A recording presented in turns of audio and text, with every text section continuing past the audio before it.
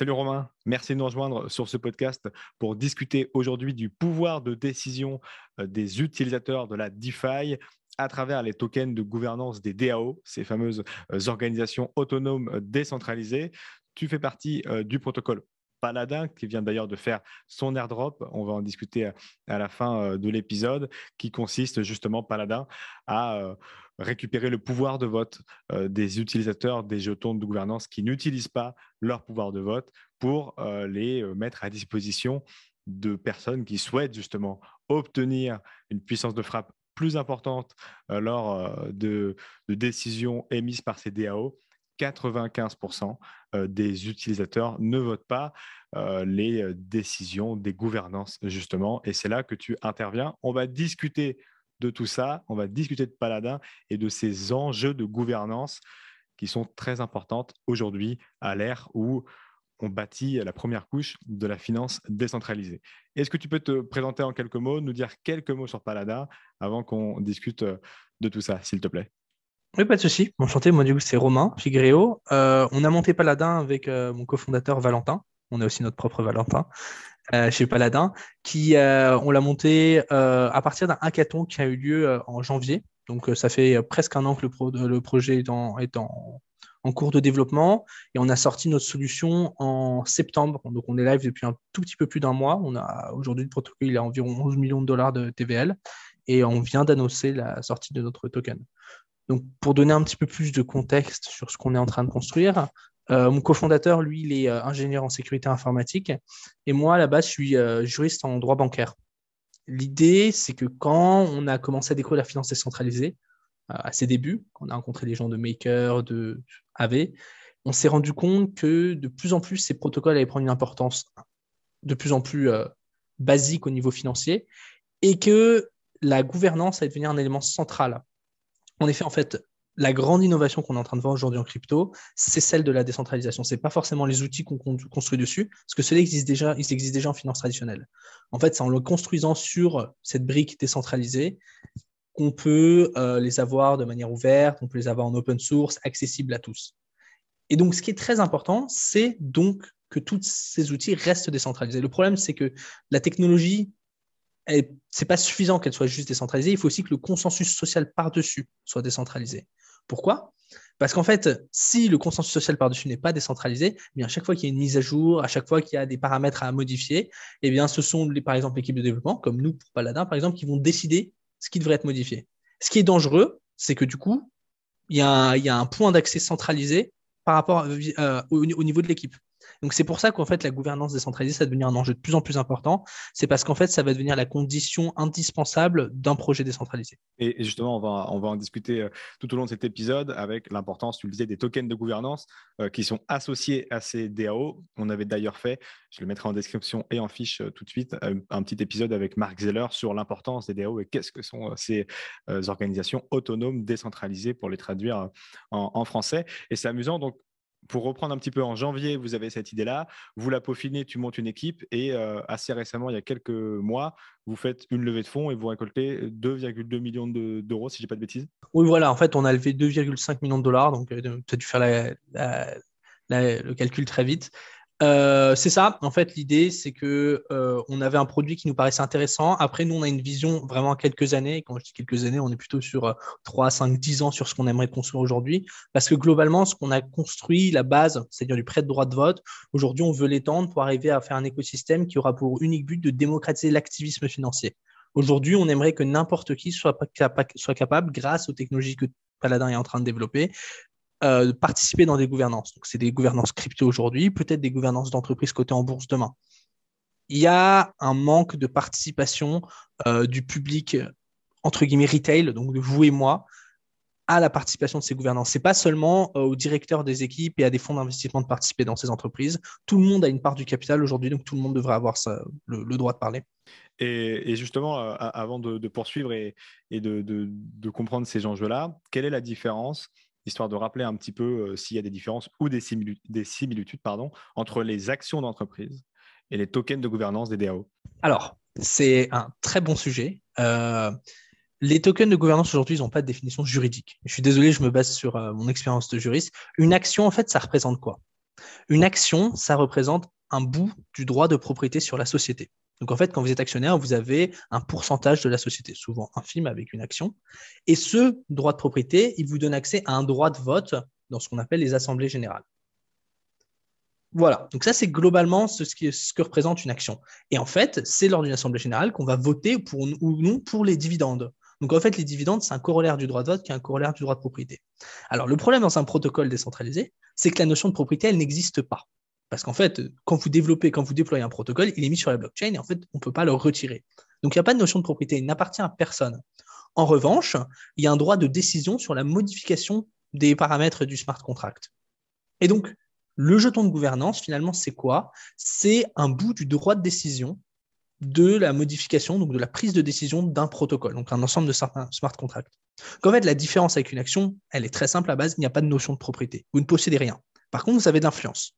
Et c'est pour ça que nous, on pense que c'est très sous-estimé aujourd'hui, jetons de gouvernance. C'est vrai que ces jetons de gouvernance, d'ailleurs, ce podcast, on l'enregistre 2 jours avant sa publication. Il sortira donc dimanche.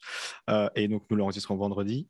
Et la semaine prochaine, tout début de semaine prochaine, il y a… D'ailleurs, vous avez fait votre airdrop, mais le airdrop là, qui accapare un petit peu l'attention en ce moment, c'est l'ENS, là, qui d'ailleurs pourrait être quelque chose d'assez énorme. Vous avez fait votre airdrop et le screenshot, et on va discuter de tout ça plus en détail tout à l'heure, il y a quelques jours également. Et en fait, ces jetons de gouvernance, aujourd'hui, beaucoup s'empressent une fois qu'ils les ont en airdrop et que ça représente entre 2000 et 40, 50 000 dollars pour les plus récents avec des DYDX en tête, de le revendre. Alors que si ça vaut aussi cher, c'est qu'il y a des gens qui sont capables de l'acheter sans parler des droits de vote. Et c'est pour ça qu'on parlera de Paladin après, parce qu'il y a un très fort enjeu pour le protocole ensuite, en fait. Alors ça, c'est un sujet sur lequel je suis très vocal, je m'exprime beaucoup à ce sujet-là. Je pense qu'en fait, on a un gros problème et c'est compréhensible, hein. En fait, quand un projet donne des jetons à l'ensemble des personnes qu'ils ont choisies, ils espèrent que ces gens, c'est une méthode marketing pour attirer les gens pour qu'ils participent au projet. Le problème qu'on a, c'est que souvent, ça peut représenter des sommes conséquentes et souvent, ça peut changer la vie de certaines personnes d'avoir des sommes comme ça. Moi, je comprends tout à fait que ces personnes vendent. Sauf qu'en fait, qui achète en général, ce sont soit des spéculateurs, soit des fonds. Donc en fait, quand on reproche à un projet d'être trop possédé par des fonds, et c'est ce qui arrive sur la plupart des projets sur le long terme, en fait, c'est parce que ce sont le seul à avoir des comportements professionnels d'achat sur le long terme du projet. On sous-estime trop, pour plein de raisons, l'influence et le pouvoir de gouvernance qu'on peut avoir en tant qu'individuel sur une DAO. Je pense que c'est dû à un argument très simple qui en fait vient de la finance traditionnelle. C'est juste que seul, on se sent extrêmement faible et impuissant par rapport à, par exemple, un fonds qui possède 1 ou 2% du protocole. Aujourd'hui, c'est vrai. Et c'est vrai aujourd'hui aussi en gouvernance de crypto. Et je pense que tout l'enjeu, et c'est tout l'enjeu qu'en tout cas on a choisi sur lequel on a choisi de travailler avec Paladin, c'est d'arriver à faire de la coordination d'actionnaires minoritaires. C'est-à-dire que toi, Valentin, moi, Romain, on soit capable de se coordonner avec l'ensemble de la communauté crypto, c'est qu'on soit capable d'arriver à mettre en avant des propositions et faire entendre notre voix, entre guillemets, face à des plus gros possesseurs de jetons. Donc en fait, le grand problème aujourd'hui, il est celui d'arriver à créer un intérêt pour que les gens le conservent, ce jeton-là, et deux, ensuite d'arriver à une culture et à des réseaux qui vont permettre aux gens de l'utiliser.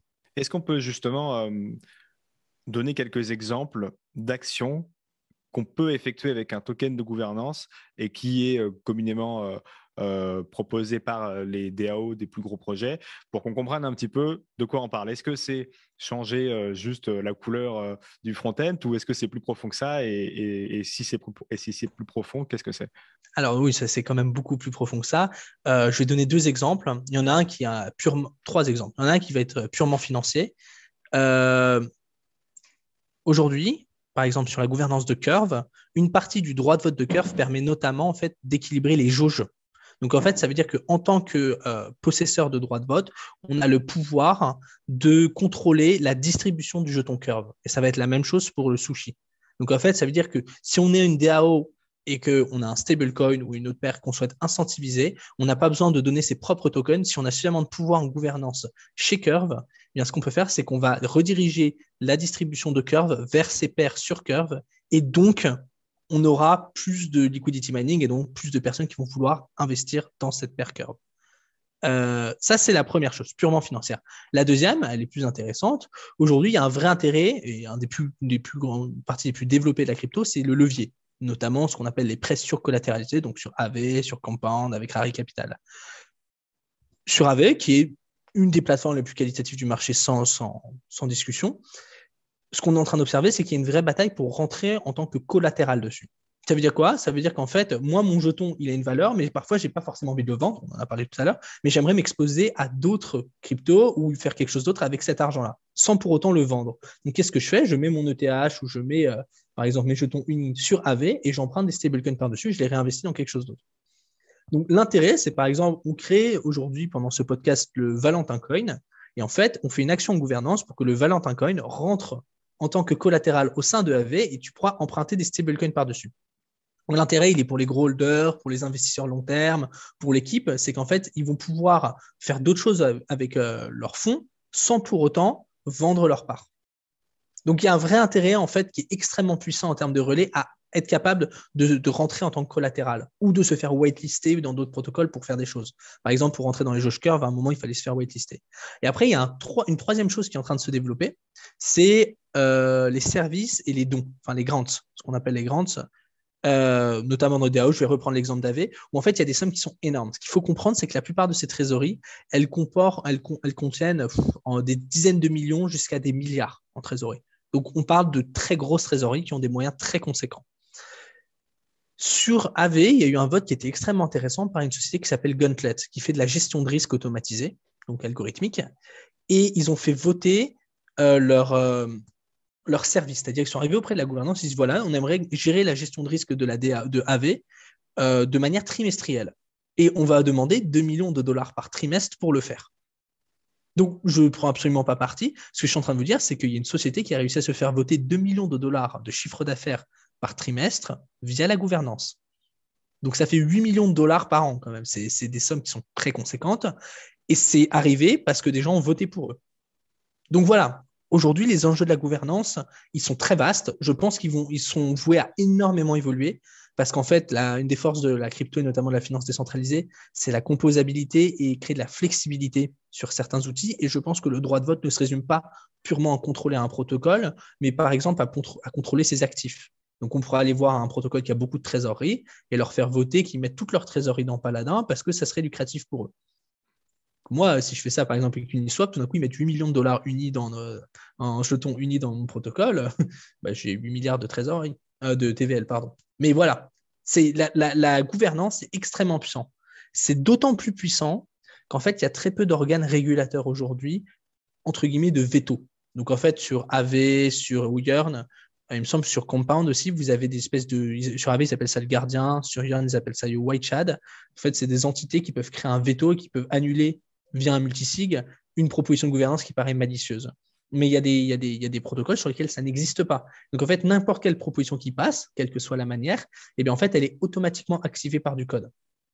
Donc, en fait, le grand problème une des grandes questions de gouvernance aujourd'hui, c'est qu'on a intérêt à ce qu'elle soit très bien structurée parce que ça peut très vite sortir du contrôle de l'équipe, des investisseurs ou même des gens bien intentionnés à la base. Et ce qui est amusant, pour bien comprendre ça, on a déjà eu l'occasion, comme je disais, d'en discuter avec Marc, que ça soit justement Marc Zeller, que ça soit Stani, le fondateur d'AAV. Si la gouvernance décide que ça passe et qu'eux ne veulent pas que ça passe, ça passe. Ah oui, bah c'est ça qui est fascinant. Et nous, c'est exactement pour ça qu'on a choisi de sortir maintenant le jeton Paladin. C'est parce qu'en fait, on ne souhaite plus être en charge du protocole en termes de la décision stratégique. C'est-à-dire, on va soumettre très prochainement un white paper à la gouvernance en montrant notre vision. On l'a déjà écrit dans plusieurs articles. On veut s'accorder avec eux sur la direction qu'on souhaite prendre. Et nous, ensuite, on va juste soumettre des mises à jour peu à peu au protocole et ils choisiront de les accepter ou non. C'est d'ailleurs ce que AV fait. AV vient de présenter la V3. Je vous recommande de la regarder. C'est une vraie belle mise à jour. Mais elle va être soumise à la gouvernance. Si la gouvernance n'est pas d'accord parce qu'il y a des paramètres qui ne leur plaisent pas, ils peuvent la rejeter. Et ça, je pense que c'est très important. Ça a plein d'implications. Mais ce que ça veut dire, c'est qu'en fait, on a créé des choses qui sont plus grandes que nous. Entre guillemets, quand on crée un protocole, qu'on arrive à le décentraliser et il commence par tourner sans nous, eh bien, on a créé quelque chose qui est plus puissant qu'une société parce que le réseau est beaucoup plus important. Mais en plus d'être plus puissant, en fait, c'est quelque chose qui sera capable de survivre à notre départ. Et je pense que c'est très intéressant comme concept. C'est que peut-être si dans 70 ans, moi, je ne suis plus en vie et que Paladin continue à tourner, bah, je pense que ce sera la plus grosse réussite du projet, à un certain degré. Et c'est aussi important pour cette raison-là, c'est-à-dire d'être on ne peut plus l'arrêter une fois que ça devient une DAO.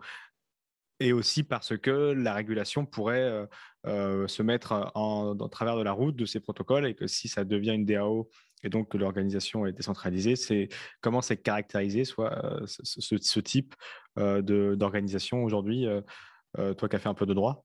Alors, je vais être très honnête avec vous, il y a quelque chose sur lequel il faut faire très attention. Il y a très peu de choses qui ont été qualifiées juridiquement aujourd'hui en crypto. C'est beaucoup d'interprétations. C'est-à-dire, tant qu'il n'y a pas de texte, tant qu'il n'y a pas de jurisprudence qui ont été sortis, c'est pas forcément pertinent. Donc, moi aussi, je vais faire très attention à ce que je dis lors de ce podcast, mais globalement, parce qu'il y a des choses qui pourraient être prises et qui pourraient être mal comprises.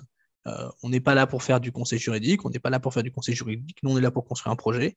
Aujourd'hui, il y a plein de sujets très intéressants. Le premier étant qu'en fait, la réglementation mise en place, elle est souvent ancienne et elle est faite pour des sociétés centralisées, avec des intermédiaires et avec des gens qu'on peut attraper, punir quand quelque chose de mauvais se passe.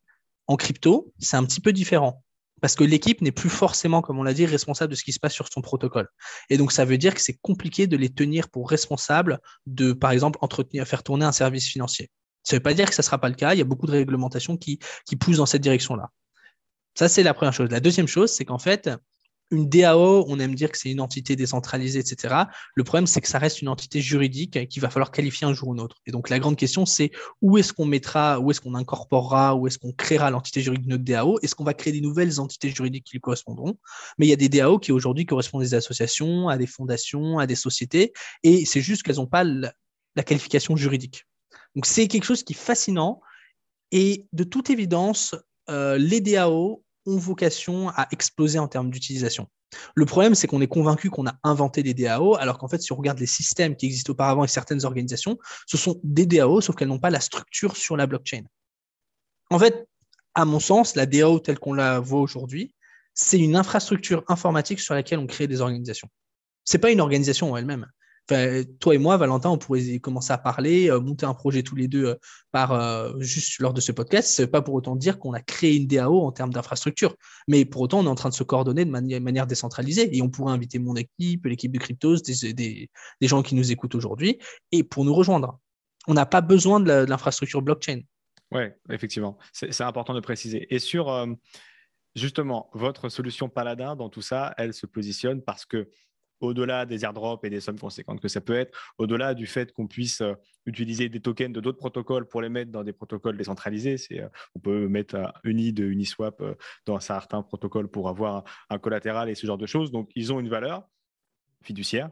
Les gens sont prêts à l'acheter à un certain prix et en partie parce qu'il y a ce pouvoir de vote. Et aujourd'hui, il y a 6 milliards de tokens de gouvernance qui sont non utilisés dans la finance décentralisée, si je ne dis pas de bêtises, et c'est une somme conséquente pour le pouvoir que c'est, et justement qu'on a commencé à esquisser jusque-là. Alors, je ne connaissais pas cette statistique, elle est très intéressante. Nous, on part du principe on a regardé sur les grosses gouvernances, en fait, la plupart en général, il y a 95% d'abstentionnisme en gouvernance vis-à-vis de nombre de jetons en circulation sur les jetons de gouvernance. Donc, c'est sur les plus grandes gouvernances, on est en général à 5% de participation. Donc, ça pose plusieurs problèmes. Le premier problème, c'est qu'en général, les équipes, elles ont entre 10 et 20%, et de même pour les investisseurs. C'est-à-dire qu'en réalité, on pourrait juridiquement faire un trait et se dire « Ah, mais en fait, finalement, ce sont les équipes et les fonds d'investissement qui contrôlent le protocole. » Juste parce qu'il n'y a pas assez de participation. Ça, c'est le premier problème. Et donc, ça veut dire qu'en fait, on pourrait avoir un problème de vraie décentralisation, au sens où on pourrait nous accuser d'être en train d'être dans un écosystème qui n'est finalement qu'une charade. Et je ne prends pas parti, je dis juste que ce n'est pas l'objectif de ce qu'on est en train de construire et que vu tous les efforts technologiques qui sont déployés aujourd'hui, ça serait bête qu'on ait des problèmes à cause de ça. Ça, c'est le premier problème. Le deuxième problème, c'est en fait, aujourd'hui, les seules personnes qui décident, on est dans un système plutocratique où en fait, il y a une petite sphère de gens qui décident. Donc, si on regarde les 4 plus grosses gouvernances, AV, Uniswap, Compound, Curve, il y a environ 3000 personnes en total qui ont voté. Si on regarde depuis, ça a peut-être monté, c'est des statistiques qui datent de cet été. 3000 personnes qui ont voté, et si on regarde qui votent plus de 3 fois, donc régulièrement, à noter que la plupart de ces gouvernances, elles ont eu 60 à 70 votes. Curve et Compound, c'est le cas. Eh bien, en fait, il y a 700 personnes. Donc, aujourd'hui, 700 personnes sont en train de prendre des décisions pour l'écosystème. Et donc, c'est extrêmement important, un, qu'on en soit conscient, et deux, qu'on soit capable de créer des solutions pour permettre à n'importe qui ne fait pas partie de ces 700 personnes d'avoir un accès plus rapide pour rentrer dans ce jeu-là, pour réduire les frictions de gouvernance. Parce qu'en fait, l'enjeu, il est très simple aujourd'hui, c'est que si on n'est pas capable de vraiment créer des structures décentralisées avec des taux de participation corrects, c'est-à-dire soit dignes des entreprises cotées en bourse, donc de 30 à 60%, soit dignes d'une démocratie, donc en général entre 50 et 70%, eh bien, les projets décentralisés, elles n'ont aucun avenir. Pourquoi? Parce que le jour où une équipe part, le jour où un des gros investisseurs qui participent énormément, tout simplement liquide sa position, qui reprend le relais? Qui participe dans la gouvernance? Tant qu'on n'a pas une communauté qui est vraiment active et qui a suffisamment de contrôle dans le protocole pour être capable de participer activement, en fait, il va y avoir un problème de continuité dans la vie de ces protocoles-là. Et donc, nous, on a basé Paladin sur ça. En fait, on essaie de créer des technologies qui veulent augmenter la participation dans les protocoles. Donc, on a commencé par quelque chose de plus facile, volontairement provocateur, qui est celui du prêt de droit de vote, parce que 95% des gens ne participent pas et pour la plupart cherchent du rendement. Ce qui est tout à fait compréhensible dans l'environnement actuel en crypto, où tous les prix sont en train de monter et il y a des pourcentages de rendement qui sont très importants. Moi, je ne suis pas convaincu que ça va tenir sur le long terme, mais l'idée, c'est on a créé une plateforme où les gens qui ne veulent pas voter, qui ne sont pas intéressés par voter, qui n'ont pas le temps et qui cherchent du rendement, peuvent mettre leurs jetons dans Paladin, ils auront du rendement en échange. Et d'où vient ce rendement? Ce rendement, en fait, il vient d'une espèce de brique de Lego de finances décentralisées nouveau, qui est le prêt de droit de vote. Donc, en fait, on prête littéralement le droit de vote à des gens qui sont en recherche de droit de vote aujourd'hui. Court terme, ça veut dire quoi? Ça veut dire qu'en fait, là où avant, il y avait 3 sources de rendement essentielles en crypto, c'est-à-dire les frais de transaction, comme par exemple si vous êtes LP sur Uniswap, les frais de prêt, donc les intérêts, comme par exemple sur AV ou sur Compound, et ensuite le liquidity mining, donc toucher des jetons de gouvernance du protocole natif. Et en fait, on en a créé un quatrième qui est un peu un hybride, qui est en fait des taux d'intérêt, mais sur le droit de vote et pas sur l'actif en lui-même. Nous ne prêtons pas l'actif dans Paladin. Ce qu'on prête, c'est purement le droit de vote. Donc, en fait, quand vous mettez vos jetons dans notre protocole, ils restent dans le protocole et on redirige le droit de vote à la personne qui a demandé l'emprunt. Donc, en fait, c'est une solution qui est beaucoup moins risquée, beaucoup moins exposée aux variations de prix, aux problèmes de liquidité et aux problèmes de non-remboursement, donc de solvabilité. Ça veut dire quoi? Ça veut dire qu'en fait, on peut se positionner un peu comme une brique de Lego, vraiment tout en haut de l'écosystème ou au milieu, en fonction d'où les gens veulent être. Par exemple, je vais donner, sur AV, vous pouvez staker votre jeton AV, mais vous pouvez par exemple aussi staker votre jeton stake AV. Pourquoi? Parce qu'en fait, le stake AV, vous allez aussi avoir le droit de vote. Et donc, nous, on peut aussi l'intégrer dans Paladin puisqu'on vend du droit de vote. Donc, vous pouvez bénéficier des rendements de la pool de protection de stake AV, plus des rendements de Paladin. Et en fait, vous pouvez les stacker. Et bientôt, vous pourrez peut-être le faire avec, par exemple, du stake ABPT. Donc, en fait, vous fournissez de la liquidité entre AV et IF sur Balancer. Vous les loquez dans le safety module de AV. Vous touchez les rendements. Et par-dessus, vous les mettez dans Paladin. Donc, en fait, notre idée, c'est qu'on peut se positionner au tout ça. Et ça, on va pouvoir le faire avec beaucoup de tokens. Et ce qui est intéressant, c'est que ça débloque une nouvelle facette un peu du protocole à laquelle on n'avait pas forcément pensé. C'est celui en fait du gestionnaire de fonds, où en fait quelqu'un peut juste poser ses actifs chez nous et juste les laisser autocompendre pendant longtemps. Donc c'est une solution passive de fonds pour les personnes qui possèdent des jetons de gouvernance et ne sont pas intéressées de participer. Je tiens à être très clair, si vous déléguez et si vous participez au genre de gouvernance, vous n'avez aucun intérêt à rentrer dans Paladin. On va créer des solutions qui seront tout aussi intéressantes financièrement et idéologiquement pour vous, par-dessus. Parce qu'en fait, notre idée de fond, c'est qu'aujourd'hui, on est en train de concentrer toutes les personnes qui ne sont pas intéressées par la gouvernance. Et notre objectif, ça va être, via des flywheels, d'être capable de les convertir en des gens qui veulent participer en gouvernance. C'est un projet très ambitieux, on en est conscient. C'est un projet long terme, ça ne peut pas arriver du jour au lendemain, mais c'est la vision qu'on a aujourd'hui du projet. Et c'est effectivement l'éducation qui sera très importante à terme sur ce genre de thématique. Et en fait, ce que tu as expliqué là, tout à l'heure, et la discussion qu'on a depuis le début, sur l'importance du droit de gouvernance sur les protocoles de la finance décentralisée que nous sommes en train de construire aujourd'hui parce qu'on est au tout début et c'est justement que là que se passent les choses les plus importantes. Et justement, sur Paladin, vous avez dans cette envie de démocratiser et de faire comprendre, utiliser un peu la gamification pour aider à la compréhension de ce système. Alors, plus qu'un peu envie, en fait, on a basé entièrement l'idée du projet dessus. Notre idée, c'est de créer ce qu'on appelle le jeu de la gouvernance. Donc, en fait, c'est rendre la participation dans ces systèmes-là aussi amusante, entre guillemets, que de la spéculation telle qu'on l'a aujourd'hui en regardant des cours monter et baisser. En fait, on a vu sur les 2 dernières années qu'il y a un véritable engouement sur la participation des gens à purement spéculer. Et je pense que c'est intéressant parce qu'en fait, si on arrive à rallier ça avec les idéologies, avec les idées des gens, on est capable de faire quelque chose de très similaire purement pour la gouvernance.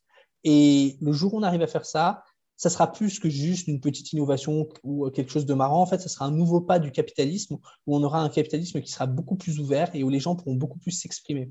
Et donc, où il y aura, je ne dirais pas une égalité, ce n'est pas ce qu'on veut, c'est le concept de gouvernance liquide. Et c'est celui qu'on a voulu activer avec Paladin Landing, notre solution de prêt de droit de vote, c'est celle de permettre en fait à n'importe qui a besoin d'avoir du droit de vote et qui pense qu'il peut participer et contribuer, d'avoir au moins l'occasion de s'exprimer. Et est-ce que l'utilisateur qui délègue ses droits de vote a la possibilité de voir à quoi sert son droit de vote pour s'assurer que ça va ou pas avec sa vision des choses? Alors, oui et non. Je vais expliquer pourquoi. C'est-à-dire, dans la solution actuelle, il peut voir ce qui va se passer en temps réel. C'est-à-dire, il a fait son emprunt et quelqu'un a emprunté, il va toucher un rendement et la personne va faire quelque chose. En fait, les comportements que je suis en train d'écrire, c'est des comportements qui existent déjà. On a décidé de les mettre on-chain, donc sur la blockchain, pour qu'ils arrivent de manière tout à fait transparente. Là où il y avait des gens qui achetaient du droit de vote avant de manière totalement cachée, aujourd'hui, ça arrivera on-chain et avant les votes. Donc, en fait, on sera conscient que ça arrive. Donc, on peut regarder en live ce que la personne est en train de faire. Est-ce qu'on peut vraiment l'arrêter? Entre guillemets, on ne peut pas arrêter le prêt, sinon ça ne serait absolument pas intéressant pour les gens d'emprunter aujourd'hui. Donc, ce qu'on peut faire, par exemple, c'est qu'on peut retirer une partie de ses biens, de ses droits de vote de la pool et ça va faire augmenter les intérêts que doit payer la personne. Et donc, ça va réduire la durée de son prêt. Ça fait partie des théories du jeu qu'on a un peu cachées dans le protocole. Il y en a d'autres que je vous laisserai découvrir. Mais ce qui est pertinent, en fait, c'est qu'au-delà de juste ça, ce qu'on peut faire, c'est qu'on peut modifier et mettre à jour les différentes poules et les différents taux d'intérêt. Aujourd'hui, on a créé des taux d'intérêt qui sont curvés pour faire en sorte qu'on puisse faire payer en gros suffisamment cher aux gens quand ils essaient d'acheter littéralement un vote. On a mis en place des intérêts qui permettent de limiter les attaques en gouvernance au sens où extraire de la valeur de la gouvernance.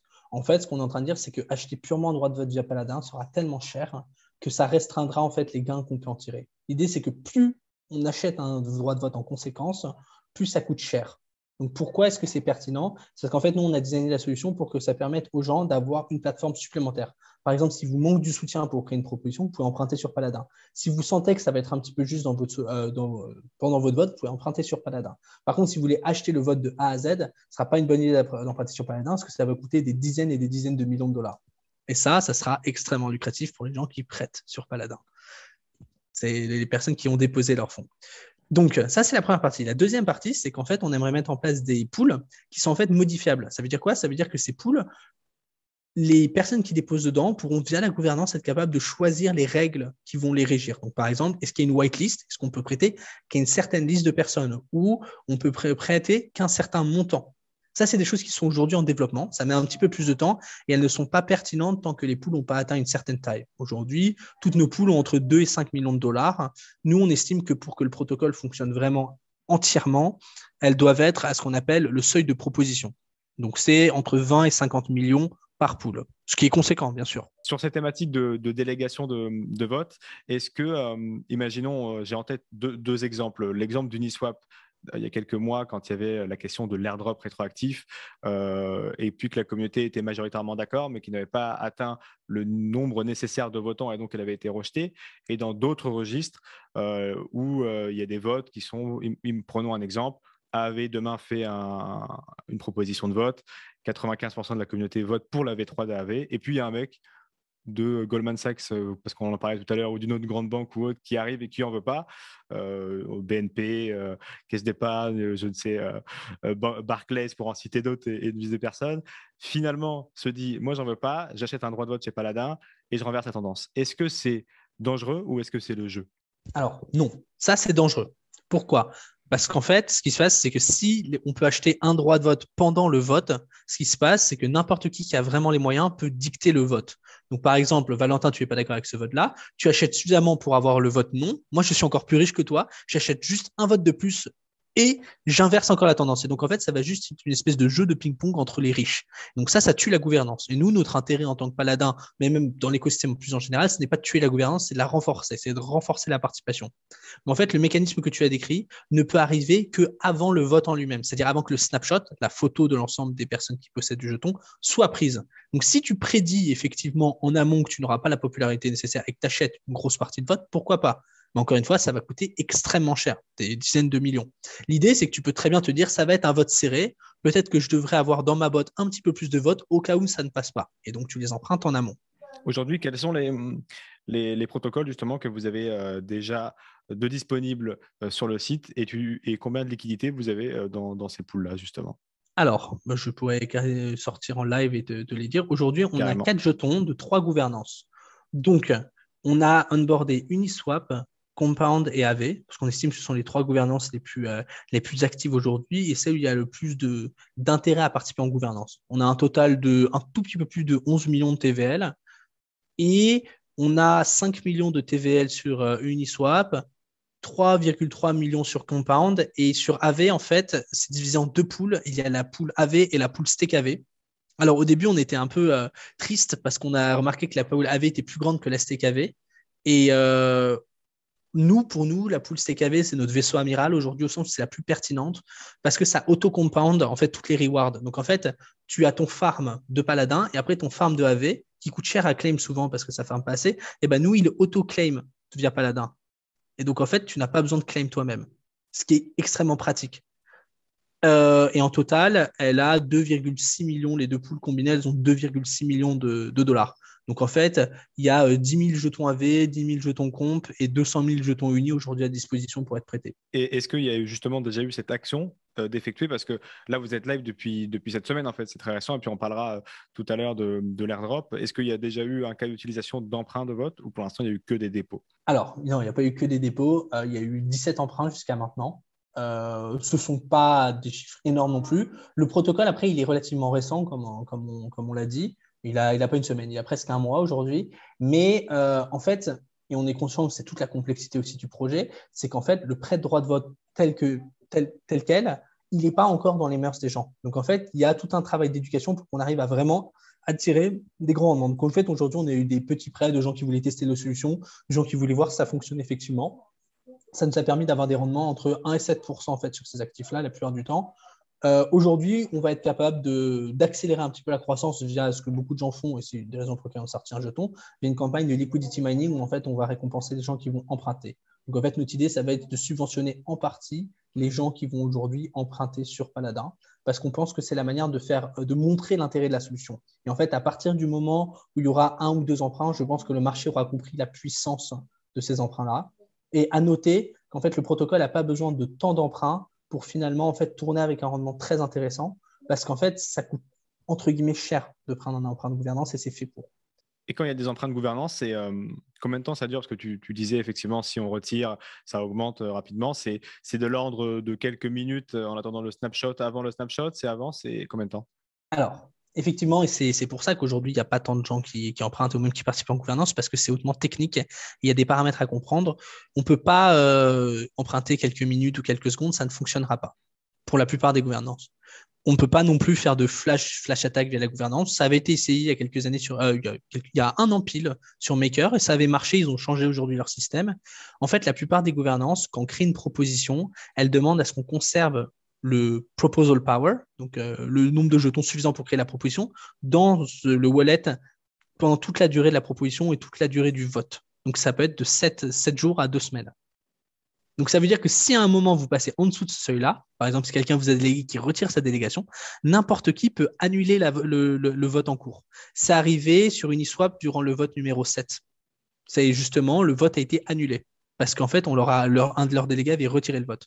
Ça, c'est la première chose. La deuxième chose, c'est qu'en fait, vous ne pouvez pas, comme on l'a dit, comme tu l'as dit de manière très pertinente, en fait, juste avant un vote, il y a un snapshot qui est pris. C'est une photo de l'ensemble des gens qui possèdent les jetons de gouvernance sur la blockchain et ils peuvent chacun voter en fonction. Et donc après, tous les échanges qui sont faits ne comptent pas, incluant les emprunts paladins, bien sûr. Et donc, ça veut dire quoi? Ça veut dire que si on vend nos jetons, et bien parfois on peut aussi perdre son droit de vote. Donc en fait, ce qui est conseillé, c'est pas juste d'emprunter pour le snapshot, mais d'emprunter en fait sur toute la durée de la semaine. Sinon, le vote sera pas forcément valable. Donc en général, on s'attend, ça va dépendre de la raison de l'emprunt, à des votes entre 1 semaine et 3 semaines.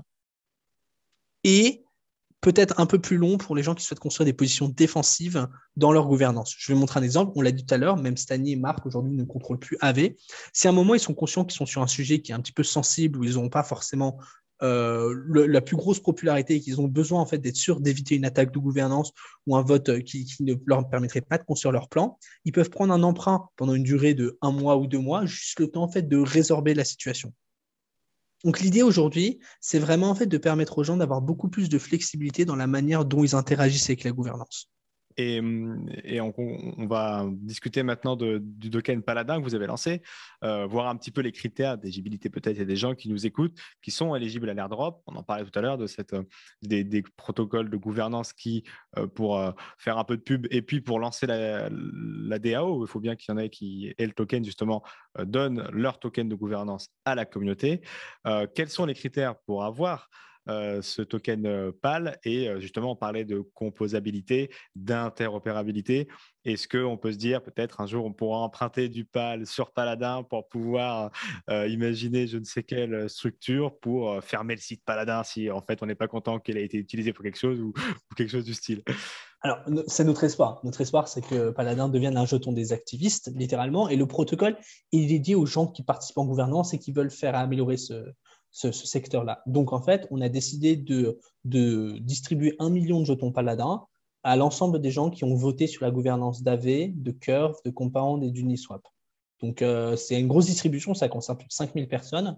Une des raisons pour lesquelles on est aujourd'hui sur ce podcast, c'est qu'on espère que des gens qui ne sont pas au courant et qui n'ont pas vu nos posts sur Twitter peuvent les claim. Donc, on a distribué 1 million de jetons de gouvernance aux ensembles des personnes qui ont voté sur AV, sur Compound, sur Curve et sur Uniswap. Si vous avez voté on-chain, attention, pas sur Snapshot, vous êtes éligible à cet airdrop et on vous attend sur notre site pour claim. On espère que vous allez nous rejoindre. Au-delà de ça, aujourd'hui, l'écosystème Paladin, il a un maximum de 50 millions de jetons. Et en fait, l'essentiel de la cap va être consacré à distribuer aux gens qui vont participer dans les gouvernances et qui veulent améliorer en fait le secteur. Donc aujourd'hui, on a créé Paladin comme une force, entre guillemets, financière, un petit peu, j'aimerais dire presque, parce que dans l'écosystème, c'est presque un gros mot de banque, qui va en fait financer et il veut devenir le carburant de la gouvernance. Nous, on pense que en tout cas, c'est l'enjeu qu'on a choisi, sur lequel on a choisi de se dédier et on aimerait permettre de financer, de développer cet écosystème-là. On pense que ça va énormément évoluer sur les 10 prochains mois et on aimerait contribuer en fait à son évolution. On aimerait contribuer à la liquidité de la gouvernance, c'est-à-dire à permettre à des gens à des nouveaux entrants de participer et permettre en fait à plus de gens de comprendre l'importance de ce secteur-là. Et de effectivement prendre la parole, faire des propositions, parce que là on a parlé des gens qui qui votent des propositions des autres participants. Peut-être qu'il faut aussi imaginer à travers parce que même les forums de gouvernance, avant même de parler des votes, après sont peu consultés et utilisés par les gens qui pourtant déposent de la liquidité. Et Dieu sait que c'est le nerf de la guerre. Et de continuer dans cette démocratisation et explication à travers Paladin sur cette thématique de vote et en attendant de pouvoir déléguer ces votes pour toucher un rendement supplémentaire à travers ces tokens. Bien sûr, aujourd'hui, on est la seule plateforme qui propose un rendement à ce niveau-là.